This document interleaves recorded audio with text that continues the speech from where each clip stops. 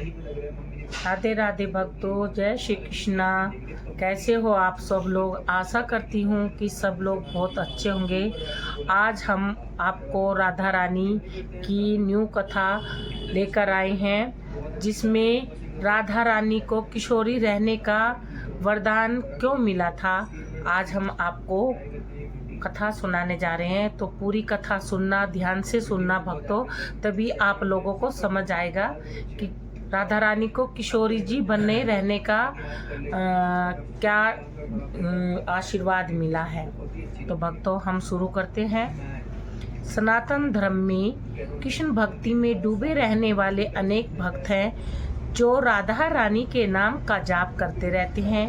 धार्मिक मान्यता है कि जो भक्त सच्चे मन से राधा राधे का जाप करते हैं, उसे मोक्ष की प्राप्ति होती है और श्री कृष्ण के बैकुंठ धाम गोलोक में स्थान प्राप्त होता है।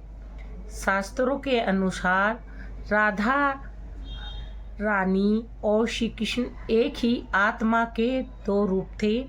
श्री कृष्ण और राधा रानी एक दूसरे के बिना अधूरे माने जाते हैं, इसलिए आज भी श्री कृष्ण से जुड़े हुए प्रत्येक कार्य में राधा रानी का नाम सबसे पहले लिया जाता है।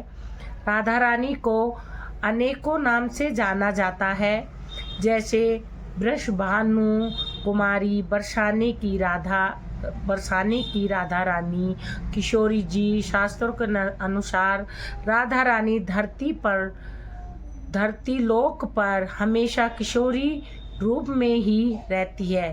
शास्त्रों में उल्लेख कथाओं के अनुसार राधा रानी को ऋषि अष्टवक्र से आजीवन किशोरी बने रहने का वरदान मिला था। आज इस लेख के माध्यम से हम आपको बताना चाहते हैं कि ऋषि अष्टवक्र कौन थे और उन्होंने राधा रानी को किशोरी बने रहने का क्या वरदान दिया था। तो भक्तों, आप सब लोग ध्यान से सुनो।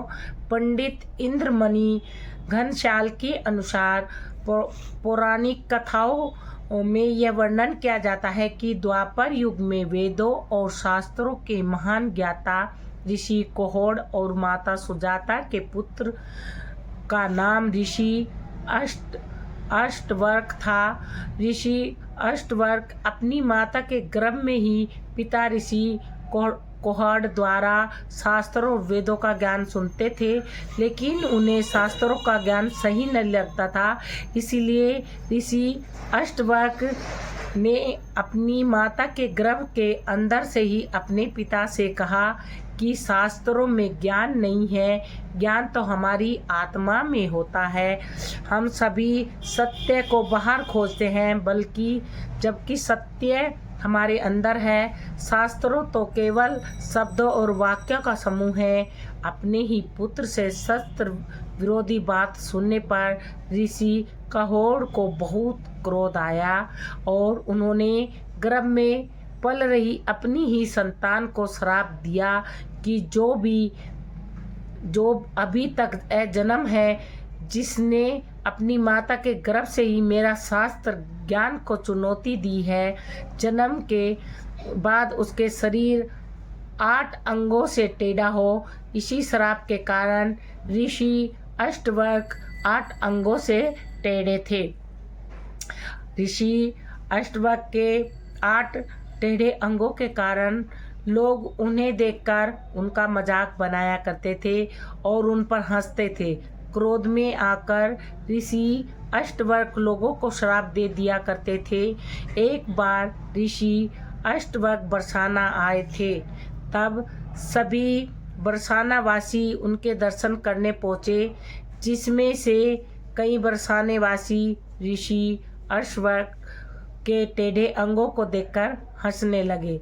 ऋषि अष्टवक्र उन सभी को पत्थर में बदल जाने का श्राप दे दिया। जब राधा रानी ऋषि अष्टवक्र के दर्शन के लिए पहुंची, तो राधा रानी ऋषि अष्टवक्र को देखकर मंद मंद मुस्कुराने लगी। ऋषि अष्टवक्र को क्रोध में आकर राधा रानी को श्राप देने ही वाले थे कि श्री कृष्ण ने ऋषि अष्टवक्र से अनुरोध किया कि वह एक बार राधा रानी से मुस्कुराने की वजह तो जाने। तब राधा रानी ने ऋषि अष्टवक्र से कहा कि वह ऋषि अष्टवक्र के टेढ़े अंगों को देखकर नहीं मुस्कुराई, बल्कि आनंद की अनुभूति